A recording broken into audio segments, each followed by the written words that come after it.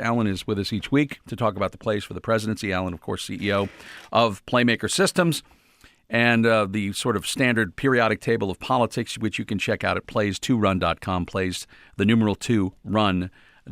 First, good morning. Welcome back. Good morning. Good to see you. I want to take us to the big dog, or the little dog, I guess. Bill Clinton's the big dog. Maybe Joe Biden is the little dog. And a campaign speech this week in Ohio, exactly. He's a generous man. He gives to his church. He has a beautiful family. But he doesn't get it. He doesn't get what's at the core of all of this. It's about people's dignity. They don't get us. They don't get who we are. They just don't get it. And he was really loud and screaming a couple of times during this speech. Well, so what's the play about? Yeah, it was a scream in a way. Mm-hmm. And the liberal press, I thought, really picked up on it and accentuated it. The play was a label. Mm-hmm. But I think that I think it was the media that made it more of a label than maybe he intended for it to be. But it stuck. It got put into the blender and came out, and it got slapped on him and said, I don't get it. Kick me here. I don't get it. So it resonates pretty well. And I don't think his counter was very good. I'm not even sure he really had a counter. Yeah. Well, is this about Joe Biden using what the I don't get it, like the class? You mean Romney's counter was not very good to it? Or yes. Okay. Yeah. The Joe Biden thing, and one of the reasons I bring it up is because there's the message itself, the words and so on, but there was also the tone with which it was delivered. And there were some people wondering about, there were actually some pundits, and I mean from left and right, who were speculating that this is a frustrated Joe Biden who may be thinking that he's not even going to be on the ticket this fall, which I didn't interpret it that way. But I didn't either. There are rumors, they said, had been swirling around about this. And I don't know, he's kind of an unpredictable guy when he gets up there. He's great at delivering a message. You wonder how much he actually believes in it sometimes, because he turns around right afterwards and is affable and fun. You know what I'm saying? It's not that he's two-faced. It's just that he knows how to turn on the political emotion. He does. Someone called him a political athlete, really out there. Probably good expression. Working out and really rising above. He was really on his game, this week. Now, the week before, they all say that he was not on his game. And, you can say much about that. But what is it with Joe Biden? One day he's on a short leash, and then, boom, he's out and running a key play for the campaign directly at Romney in Youngstown, Ohio, right. Gritty Youngstown.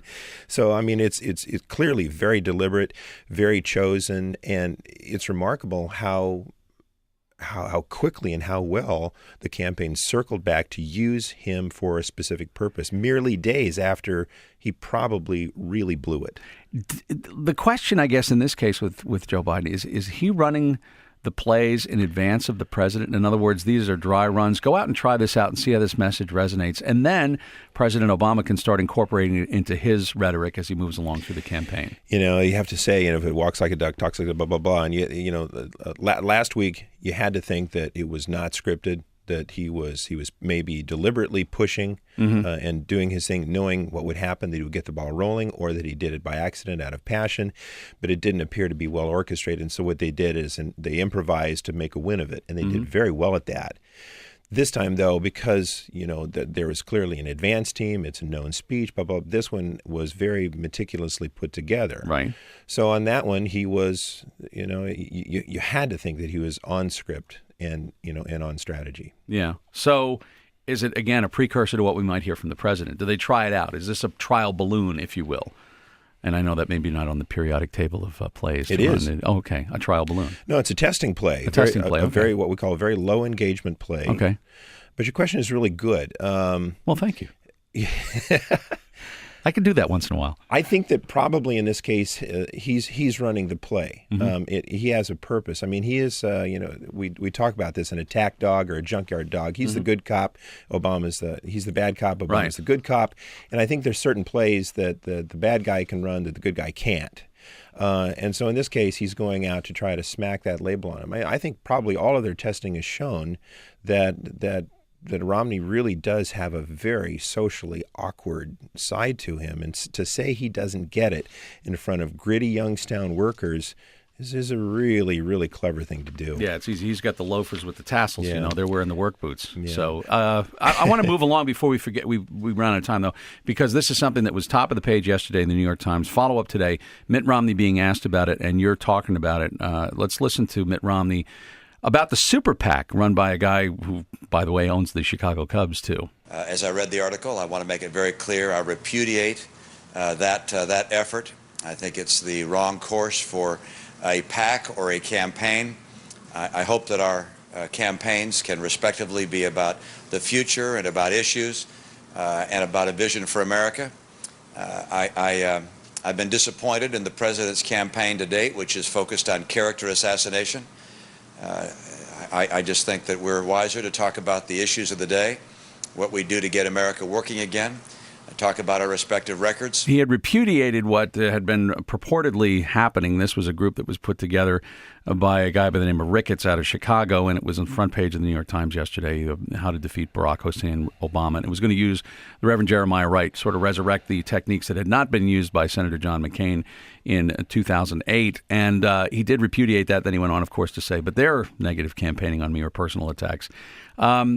I think some people, first of all, were surprised that he was that swift to respond because he has not been, as you say, adept at quickly responding to these kinds of things. Did he play it right in this particular case? Did it work out for him? Yeah, he did. It was one of the best repudiation plays that I've seen since, guess when? Since Barack Obama repudiated Reverend Jeremiah Wright. Mm-hmm. And back in the Playmaker Batcave, we really struggled with just that concept, whether or not repudiation or snubbing is an actual irreducibly unique stratagem. And our conclusion is, at least right now, that it's not. It has more to do with passing and making a claim. It's kind of a combination of two. But either way, it was right that he did come out, no pun intended, and just to say, no, I don't go with that. That's not me, and we're not going to do that. There is a kind of a classical, if you will, political play where you say, I absolutely repudiate calls upon the person who is saying that he is, and then you enumerate all of the foibles and the faults of your opponent. I totally think it's wrong to attack him for being a thief, a robber, and a liar. It's a terrible thing to call him a wife beater. Yes. You just keep repeating the charge over and over. I mean, that's kind of a play, yes, too. Enough about me, but what about my tie? Exactly. But it's about attacking by saying you think that that's an inappropriate attack. Yeah, that's right. And it's a very, very good strategy to employ. It has more to do with frequency than it does the actual strategy behind it, because you're just simply finding some sort of foil that you can continually mention, and you go over and over and over again. It gives you a stage on which to chat. We saw something this week. I don't want to leave without mentioning this. The president had the leadership of the House and the Senate over the House Republican leadership, Speaker John Boehner and Nancy Pelosi, the minority leader. Didn't have Eric Cantor there, by the way. He also didn't have Steny Hoyer or Jim Clyburn there. And from the Senate, we had Mitch McConnell and Harry Reid, the minority and majority leader specifically. I said afterwards, if we had a picture, it would have been the Mount Rushmore of political intractability, because they don't seem to go anywhere. But what kind of a play is this? Well, they were all having sandwiches. It's the sandwich then. Yes, and they were delicious, according to Jay Carney. They all know that they're coming up to the edge now of another brinksmanship, of budget-ageddon, of debt-ageddon, whatever you want to call it, and so they're all equally interested in appearing to be the first to bring it up, to responsibly show that we know this is coming and we have to resolve it. So Obama did a very light-handed thing. He says, come over for sandwiches. All y'all, let's go. Let's have a nosh and let's talk about this. So he's reaching out. Yes, he's reaching out. And that then puts, Boehner in another sort of an interesting position then of looking like followers. They really have to do that, and it looks like they are following his lead. So, but Boehner came up and was pretty quickly, said, listen, I made it really clear sitting right down there, I'm not just going to be a toadstool. We have to make, real compromises. Thanks for the sandwiches, but we have to make real cuts here in order to raise this debt ceiling. So there was a very interesting tussle back and forth to sort of be first to the looming crisis, because nobody wants to be appearing to be digging their heels in on this thing. Okay, so the president's reaching out saying, let's get together and do something, and John Boehner is saying, let's move this process forward very quickly. Now, they're both trying to, as you say, get ahead of the game, but neither one of them's actually been able to move the the play piece at all. I mean, in fact, there was a lot of can kicking going on there, but the optics, as is often referred to here,